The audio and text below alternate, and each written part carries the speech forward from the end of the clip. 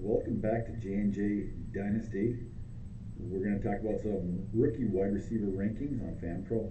This is the week of the NFL draft. It is Saturday, and we're going to be making a list of everything that we see here as far as how to evaluate rookie wide receivers. Again, this is the week prior to. It's actually Sunday. I'm going to post this Tuesday probably, but it's actually Sunday that I'm doing the recording, and we are going to go through the rookies for Dynasty one quarterback leagues. And basically this is through FanPros. I'll give an idea of a little bit of guys who I like, some who I don't. We'll see how it goes, but I broke it down in just chunks, and kind of like some of the other videos that I was doing. So let's get into it. I think I got everything up. There we go. Alright, so as you can see on FanPros here, I took the screenshot and I've got the top 5 wide receiver candidates that are going to be in the NFL draft. According to FanPros and their expert consensus ratings, this is the latest expert consensus ranking. I took it off. It's 422 in April 2023, right? So April 22nd, 2023. And this is how they're breaking it down. Now there's some guys here that are having some big issues with their draft positioning, and kind of if you've watched the RB video that I made, also it's going to depend with these guys. It's going to depend where they land as far as where they're going to go. You know, as far as the wide receivers here, 3 through 13 are probably all depending on draft spots. Again, like I said with the rookies, so just really makes a difference as far as, you know, where they wind up. So nobody is questioning really Smith and Jigma or Jordan Addison or 1 or 2. There is some you know, movement with Flowers as far as Flowers becoming a top 3 wide receiver and jumping Quentin Johnson. Josh Downs has slid all the way down. I saw him all the way down at like wide receiver 15, and now he's flying right back up. Very similar to what this guy Moore did last year. He was really high, and then he went way down, and then his value came way up again right at the draft time. And then he wound up in drafts getting drafted, you know, 1-8, 1-9, 1-10 in Dynasty one quarterback leagues. So look for something like that to be very similar with Josh Downs, right? So with that being said, Zay Flowers is a guy who people are talking about maybe even making the first round. And then Quentin Johnson, they're talking about him not even making the first round, sometimes even the second or even third in some mock drafts. So it's really kind of weird to see what's happening with that. So let's see here. So let's take a look here. So obviously, I like Quentin Johnson. He's got the big time wide receiver attributes. Look how big he is to the Michigan kid, right? And then you also have, again, look how big he is. He's a freak. I mean, things that I think about him are a couple of years back when A.J. Brown got, or even Metcalf, but I'd like to use the A.J. Brown example a little bit more, got pushed back in the draft and wound up being a second round pick, right? Where's A.J. Brown right now in the NFL? He's one of the top 5 wide receivers, also in fantasy. So just because they're talking trash about a guy right now doesn't mean that they're going to be continue to talk trash. Now look at that, the big one-handed stab, right? So we know that these guys have talent. It's whether or not they're going to get the chance to use it. What kind of quarterback's throwing them the ball the whole 9 yards. So now this one, this list, there's a bunch of guys on here. I mean, Jalen Hyatt, Marvin Mims, Rashee Rice, Butte, Tillman. Like those 5 guys are all going to be somewhere late first, early second, in the second round of all the rookie drafts. They're going to be all over. Jordan Reed, Perry, Parker Washington, and Jonathan Mingo. The last 2 guys there, Parker Washington and Mingo, both there are guys that just love them and guys that just hate them. So there are going to be a lot of moving parts. This is going to be a very, very key draft to track, and I'm going to wind up doing it. So come back to the channel throughout the drafts for one quarterback information. Single PPR, you know, 1 point PPR. I'm going to be tracking about, I think, 20 drafts through May, June, July, and August. as far as where the ranking is for them. Just do a little spreadsheet. I did it last year. You can check out if you scroll down. I'm sure you can find it in the channel. But with that being said, there's a lot of fluctuation in value with all of these guys. So it's going to be determined by landing spot and what part of the country you are, maybe because you may like a guy because you heard of him in your conference or whatever. So that's kind of the whole point with this. So one guy that I am high on is Keishawn Butte. He's such a hands catcher. He has routes. I don't think that he's over his ankle injury, which he had 2 surgeries on, right? 2 surgeries. So I think that he's still in the healing mode. I think that's why he ran so slow his 40 time. I mean, there's no way he should have run a slow 40 time like that. He's 100% a hands catcher. He does get open. He has routes. He has speed, or he had speed before the ankle injury. So I think that he might be just a year off. I mean, maybe this year or next year, he's really going to break out. As far as that, you could get a real steal somewhere in the late second, maybe even third round, depending on obviously where he gets drafted with the draft capital. So Keishawn Butte is a guy that I'm going to be trying to get a few shares of throughout the leagues. Once you start getting a little bit deeper, 16 through 30 here, this is how FanPro mocks him up. Tank Dell and Trey Palmer, Puka, I just call him, right? Raheem Jarrett, Mike Wilson. I mean, those are guys that everybody's been talking about. Tyler Scott from Cincinnati's been getting some love.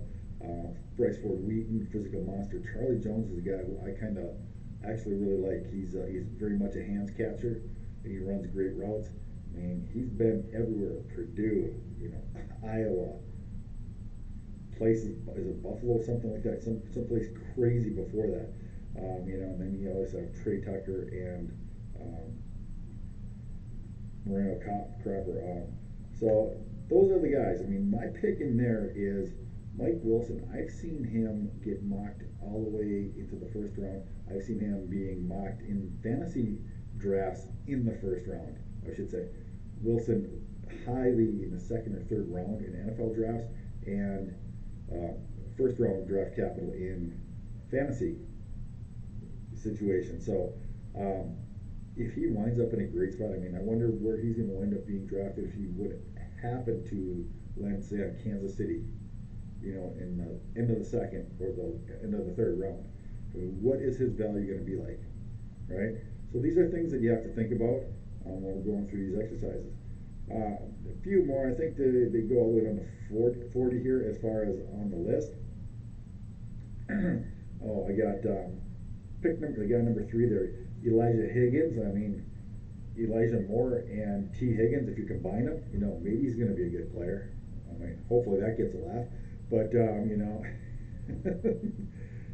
Jake Bobo, I've heard a few things about him. The only guy here on this list that really excites me is Michael Tinsley. He's had a bunch of stuff that people have been saying about him. He was the Penn State wide receiver. He's a little bit small, he's fast, but he has the ability, a lot like Dotson from last year. And Penn State's been pumping out these small receivers left and right, and he's just another one from the long line. He's quick, he's got the good ball skills. Going to be very dependent upon where he lands as far as his draft, right? So that's kind of the whole deal. I mean, as you can see, he can make a very nice catch, and he can go from there. So there's a lot to like in this draft from wide receivers. It's going to depend widely upon where they are drafted. So keep an eye out on that, obviously next week, and then start moving around your draft picks accordingly as far as where you see them. Once again, I've been doing this for myself mostly, but I'm also doing this to make sure that if I'm in a draft situation and the coach speak in June or July really gets out of hand, and guys kind of got a similar draft slot situation happened with the NFL draft, but one coach is really talking a guy up and the other coach really isn't. I want to kind of refer back to the pre-draft list as far as where people will rank them at that point, because this is when we have the most information on a player, right? This is when we should know about the warts and the whole 9 yards. So they've got the combine information out. The only thing we don't have is the draft capital and the draft position or the landing spot. So with that all being said, I want to come back to myself to this. If I get stuck, if I have to have a choose from one or two players in a spot. Again, I'll just use the example.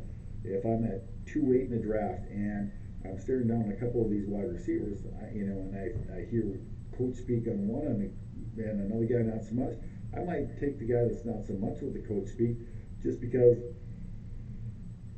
he was player 15 and the coach speak guy is player 40, right?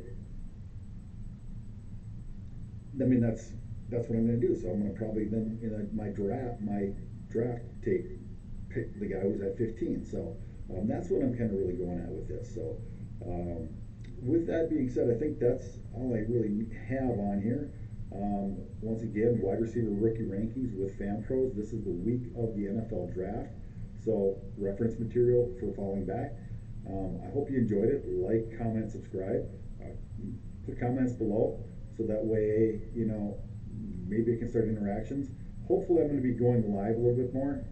Seems that I'm getting some of the voice things solved, but at least the video and other things are looking better. So I would like to try and start going live. Maybe after you pick up StreamYard and see what happens.